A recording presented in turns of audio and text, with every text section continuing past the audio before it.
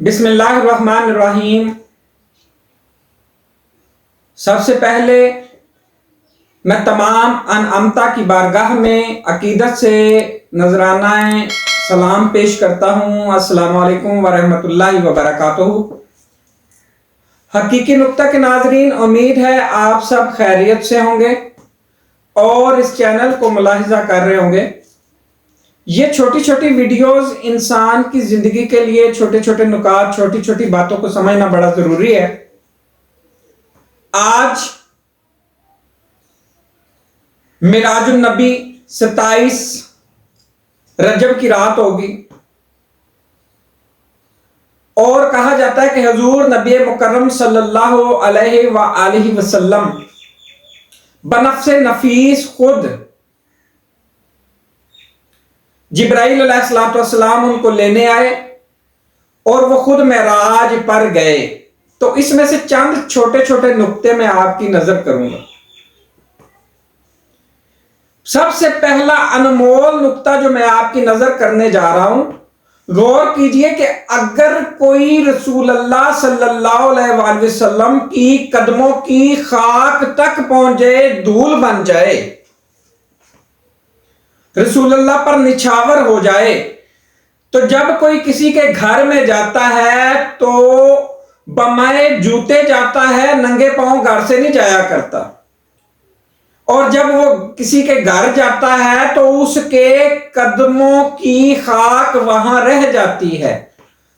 حضور نبی کریم صلی اللہ علیہ وآلہ وسلم جب عرش معلیٰ پر گئے تو وہاں پر جب آپ کی نالین مبارک لگی تو وہاں پر جو آپ کی نالین مبارک سے خاک تھی وہ آج بھی عرش پر پڑی ہے۔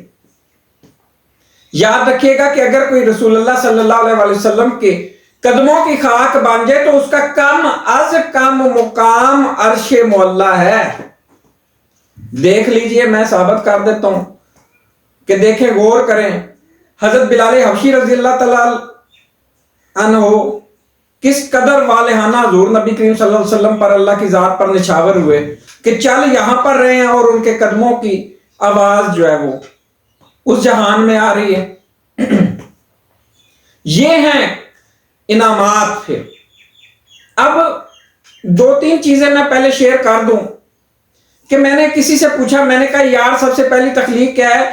تو سچ پوچھئے تو یہ جو موبائل کی پیداوار ہے نا آج کے دوست، ان کو تو یہ بھی نہیں پتا کہ وہ دنیا میں آئے کیوں ہیں اور وہ پہلی تخلیق کون ہے، اور ان کا دین کی طرف کوئی رجحان ہی نہیں ہے، کسی قسم کا رجحان نہیں، کسی قسم کا، اور نہ کسی قسم کا رجحان ہے، اور نہ ہی وہ خود تگودو کرتے ہیں کہ ہمیں کیا کرنا چاہیے۔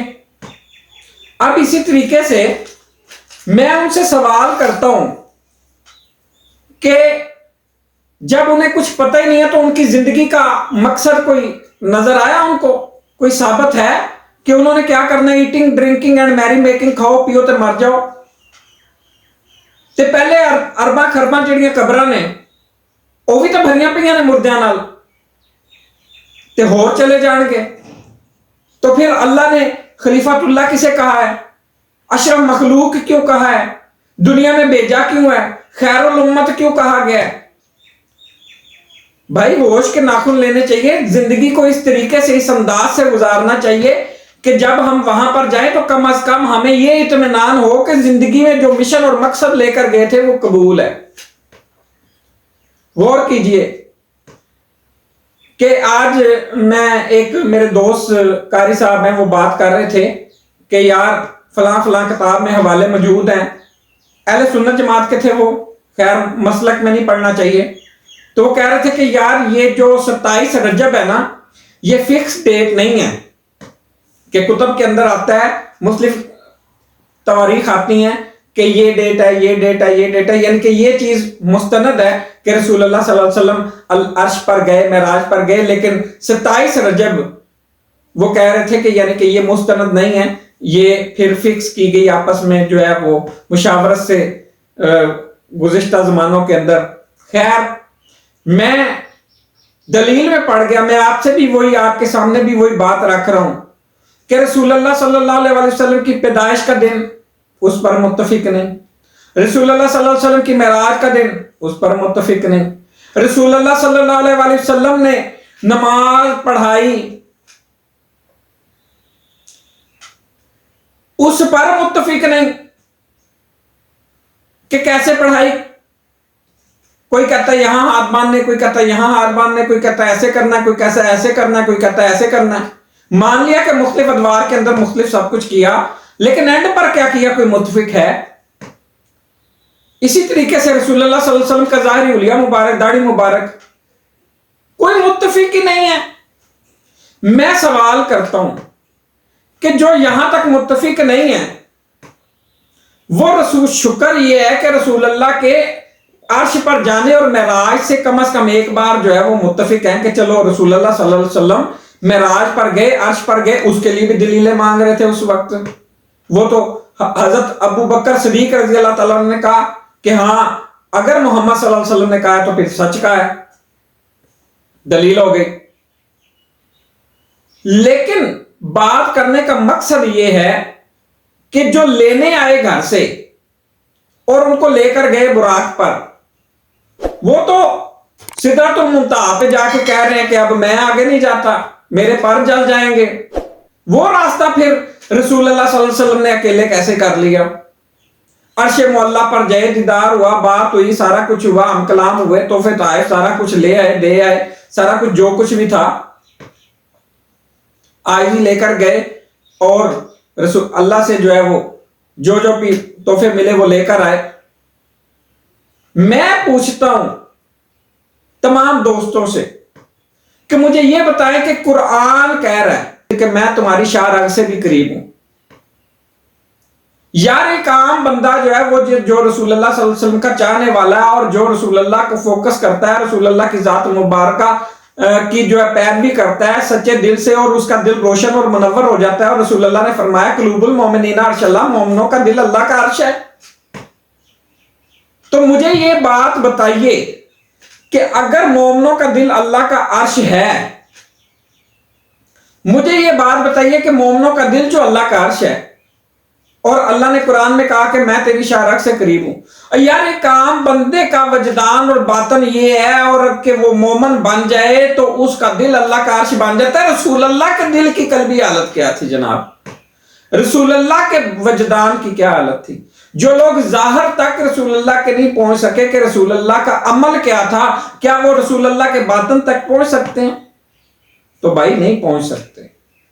صرف اللہ والے کو یہ توفیق حاصل ہے، صرف عاشق کو یہ توفیق حاصل ہے کہ وہ محبت سے رسول اللہ صلی اللہ علیہ وسلم کے دل سے وصال ہو جائے. بس کہ جہاں روشناس از جمال محمد دلم زندہ شد از وصال محمد، جب تک رسول اللہ صلی اللہ علیہ وسلم کا وصال نہیں ہوتا، دل سے دل میچ نہیں ہوتا، لو بیگیٹس لو نہیں ہوتا، دل دو دل لے لو نہیں ہوتا، تب تک وہ ولی بھی نہیں بنتا، تب تک اس کا دل روشن بھی نہیں ہوتا. دل زندہ ہی رسول اللہ صلی اللہ علیہ وسلم کے ملنے سے ہوتا ہے. تو مجھے یہ بہت متبرک رات، فضیلت والی رات عبادت کرنی چاہیے. لیکن میں آپ کی نظر یہ بات کر رہا ہوں کہ حکیموں کا حکیم، دناؤں کا دنا، وجہ تخلیق کل، امام الانبیاء، سارا کچھ رسول اللہ، سارا کچھ، سب کچھ، وجہ تخلیق کل، جو نہ ہوتا تیرا جمال ہی تو جہاں تھا خواب و خیال ہی. یہ سارا کچھ ہو کے آیا کہ مجھے یہ بتائیے کہ جب سب سے پہلی تخلیق، میں نے آج پوچھا کہ سب سے پہلی تخلیق کیا ہے، تو بہت سارے بچے بیٹھے تھے، ان کو پتہ ہی نہ چلا کہ سب سے پہلی تخلیق کون سی. سب سے پہلی تخلیق رسول اللہ صلی اللہ علیہ وسلم.